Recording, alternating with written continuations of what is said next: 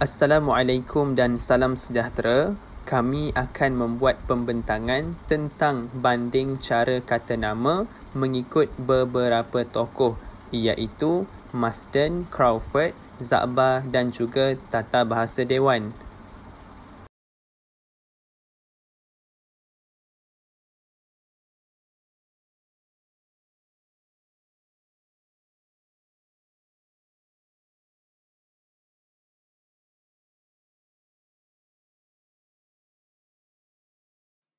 Senarai ahli kumpulan kami terdiri daripada Elmi Imelia Yakil, Muhammad Naim Amsyar bin Muhammad Rifki, Muhammad Hafizi bin Muhammad Hanafi, Nur Anis Zukira binti Rosli, Nur Hayati binti Zakaria dan Siti Aini binti Muhammad Sak. Kata nama menurut W. Marsden 1812 ialah kata yang tidak mempunyai perbezaan jenis, jumlah dan kes, tetapi jika hendak membezakan haruslah melalui kamus.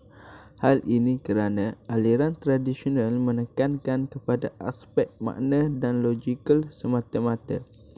Justru itu, Marsden menerapkan golongan kata namaan mengikut kriteria semantik.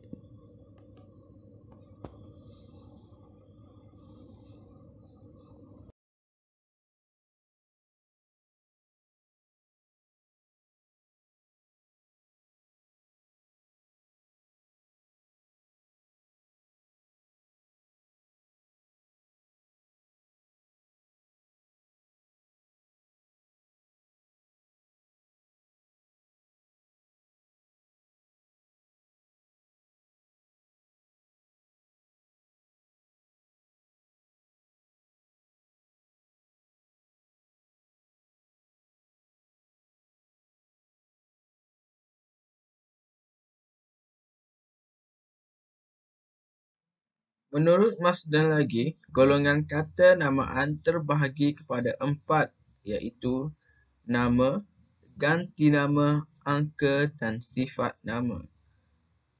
Satu-satunya perubahan yang tertakluk kepada bentuk kata nama adalah yang mereka alami sebagai terbitan dan atas penggunaan yang betul bagi pengubahsuaian ini.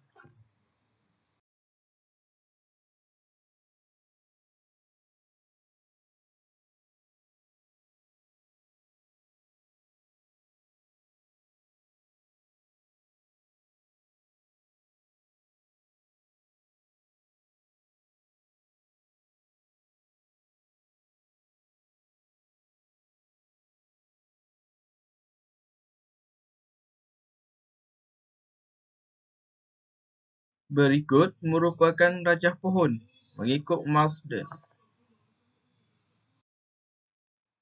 Rajah pohon itu terbentuk kerana ayat penjata bahasa Melayu menurut Marsden ialah nama merupakan subjek kepada perbuatan yang kedudukannya di hadapan.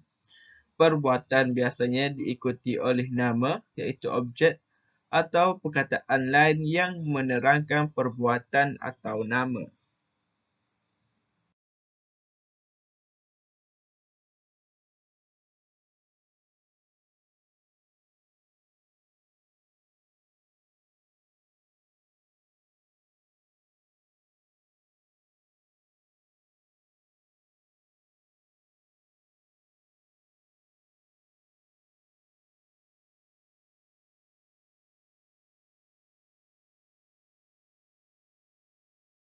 Seterusnya ialah perbezaan pergolongan kata Marsden dan tokoh-tokoh lain. Sementara itu Marsden 1812, Raja Haji Ali 1857, Abdullah Abdul Rahman 1911 dan Sheikh Muhammad Osman Yahya 1936 telah menggolongkan kata kepada 3 golongan utama. Golongan utama ini ialah kata nama, kata kerja dan kata tugas, walaupun istilah bagi golongan yang ketiga digunakan oleh mereka berbeza-beza. Pergolongan kata kepada 4 golongan hanya dilakukan oleh Nik Safiah Karim. Nik Safiah membahagikan kata kepada kata nama, kata kerja, kata adjektif dan kata tugas. Setiap golongan kata ini dipecahkan kepada beberapa sub-golongan.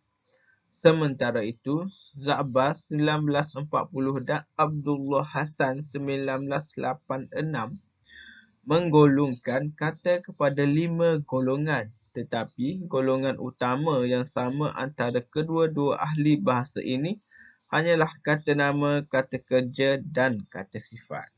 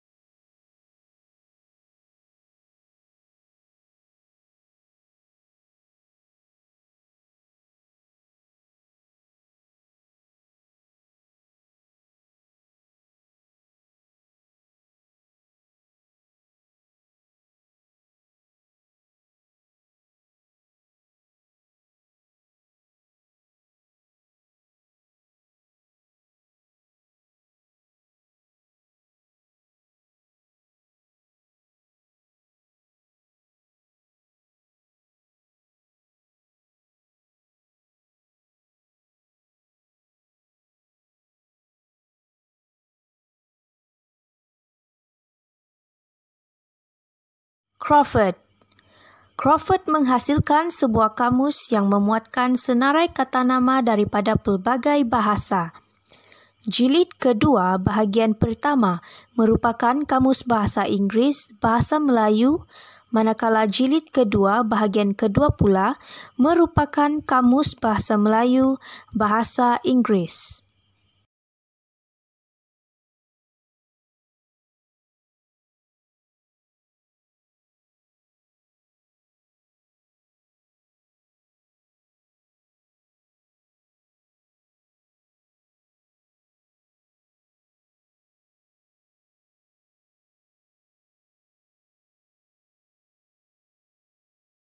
Terdapat perbezaan yang dikenal pasti, khususnya bagi golongan kata nama, iaitu dari segi ejaannya. Perkataan yang pertama ialah kapala, iaitu terdapat perubahan fonem e kepada a pada suku kata pertamanya, iaitu ka. Kapala, yang kini disebut sebagai kepala. Seterusnya, kaulawarga, iaitu terdapat perubahan ejaan bagi perkataan keluarga, iaitu berlakunya penambahan fonem w. Seterusnya ialah antah. Terdapat perubahan fonem e kepada a pada abjad pertamanya, yang kini disebut entah. Dan yang seterusnya ialah perkataan amur. Terdapat perubahan fonem u kepada a pada abjad pertama, yang kini disebut sebagai umur.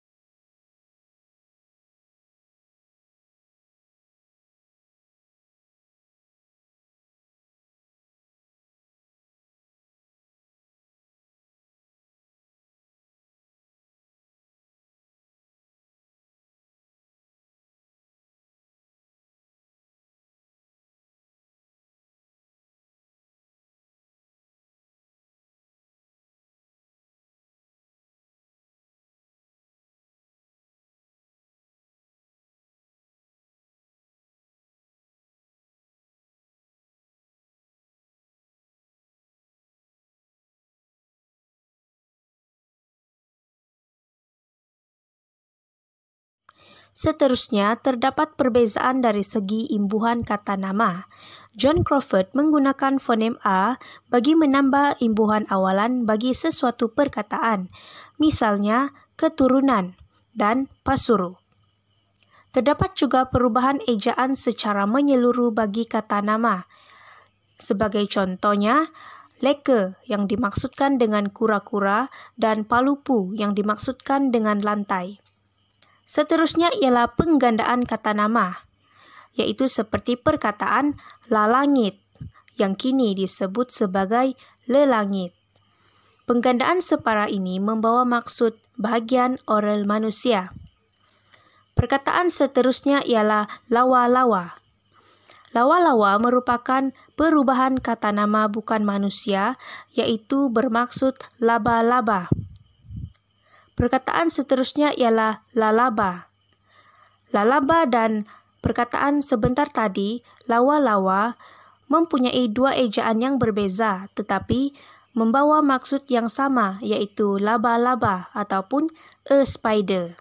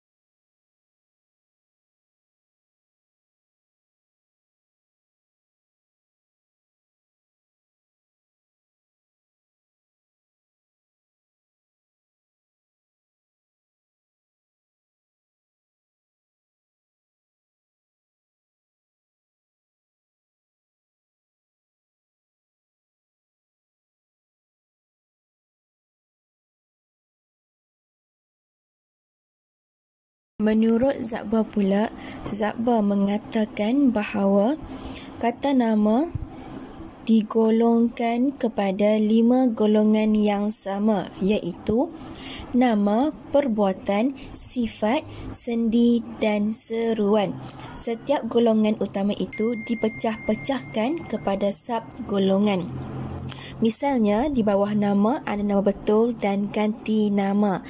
Di bawah kedua-duanya pula ada pecahan yang lebih kecil, iaitu nama am atau nama nikah dan nama khas.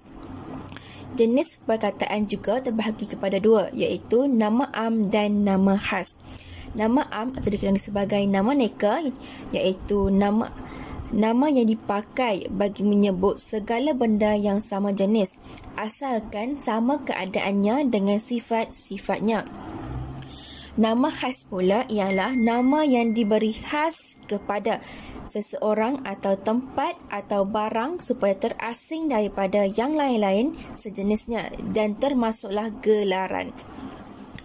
Jenis kata ganti nama terbahagi kepada 3, iaitu yang pertama, ganti nama diri yang pertama, iaitu aku, saya, kami dan kita. Yang kedua, ganti nama diri kedua, iaitu engkau, awak, Mika dan kamu. Yang ketiga ialah ganti nama diri ketiga, iaitu ia, dia, nya dan mereka.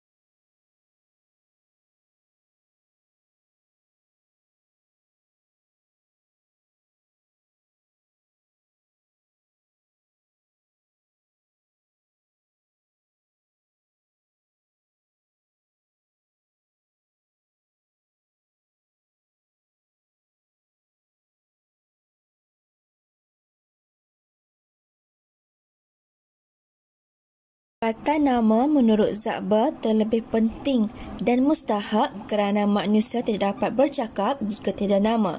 Hal ini dikatakan demikian kerana tiada siapa tahu yang seseorang individu itu menyebutnya. Jika tiada nama, penggunaan kata nama ini boleh digantikan dengan ganti nama. Sebagai contoh, mereka, kita, kami dan sebagainya. Namun, penggunaan ganti nama ini wajib diketahui sebelum itu. Dia tidak boleh tiba-tiba digunakan kerana orang lain tidak tahu siapa yang menyebutnya. Menurut Zakbar juga, kata nama yang mempunyai imbuhan dipanggil nama terbitan, iaitu segala nama yang bukan asal tetapi diterbitkan daripada perkataan lain dengan memakai huruf penambah. Iaitu yang pertama, setengah dengan menambah pe di pangkal ayat seperti pembaca dan penulis. Setengah dengan menambah an di hujung seperti ingatan dan makanan. Setengah dengan menambah ke di pangkal dan an di hujung seperti kerajaan. Setengah dengan bertambah pe atau per di pangkal dan an di hujung seperti penglihatan. Dalam aspek kata nama atau perkataan nama, Zakbar menjelaskannya melalui tajuk perkataan nama dan gantinya. Beliau menegaskan bahawa perkataan-perkataan yang digunakan untuk menyebut benda, orang dan semua yang terlintas dalam fikiran tidak dapat dipandang atau dipegang seperti akal, fikiran, kekuatan dan sebagainya sebagai kata nama.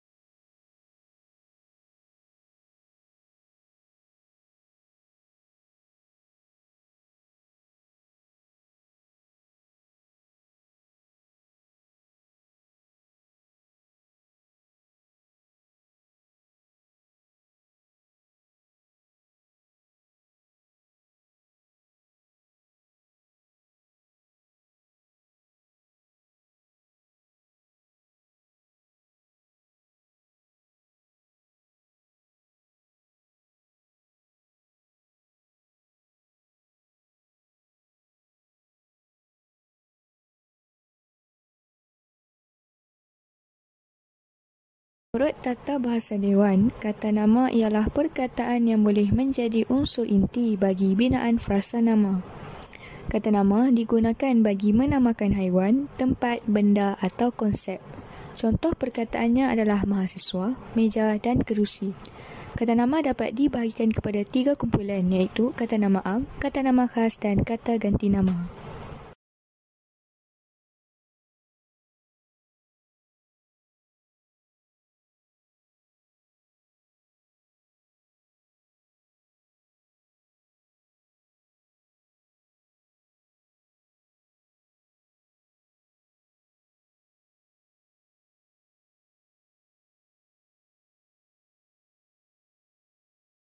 Bagi kata nama khas, ia dipecahkan kepada 3 iaitu kata nama khas hidup manusia, kata nama khas hidup bukan manusia dan kata nama khas tak hidup. Kata nama am pula terbahagi kepada 6, iaitu kata nama am hidup manusia, kata nama am hidup bukan manusia, kata nama am tak hidup institusi, kata nama am tak hidup bukan institusi konkret, kata nama am tak hidup bukan institusi abstrak berbilang, dan kata nama am tak hidup bukan institusi abstrak tak berbilang. Kata ganti nama juga dibahagikan kepada 2, iaitu kata ganti nama tunjuk dan kata ganti nama diri.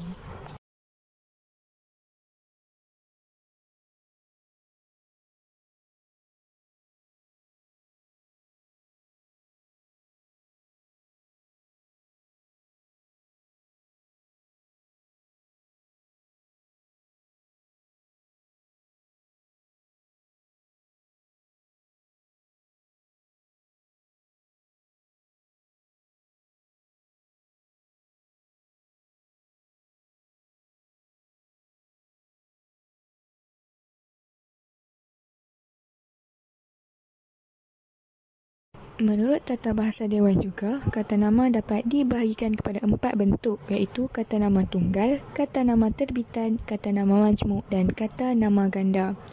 Kata nama tunggal dipecahkan kepada 2, iaitu kata nama tunggal jenis akronim, kata nama tunggal sebagai penjodoh bilangan. Bagi kata nama terbitan, ia dipecahkan kepada awalan kata nama, akhiran kata nama, apitan kata nama dan sisipan kata nama.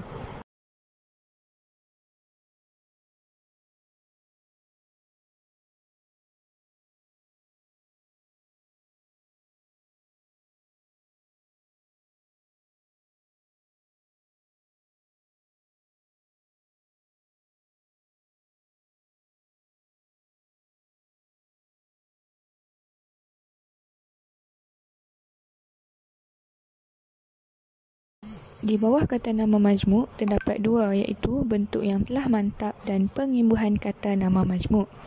Bagi kata nama ganda, terdapat penggandaan penuh, penggandaan separa, penggandaan berentak dan penggandaan kata nama majmuk.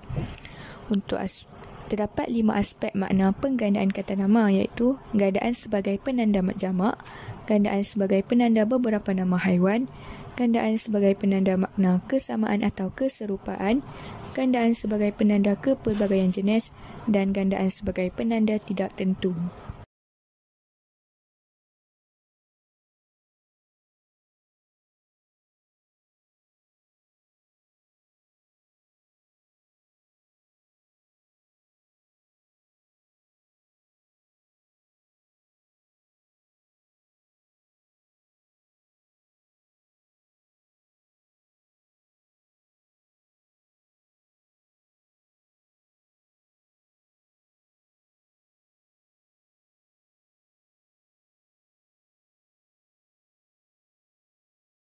Berikut merupakan rujukan-rujukan yang telah kami gunakan.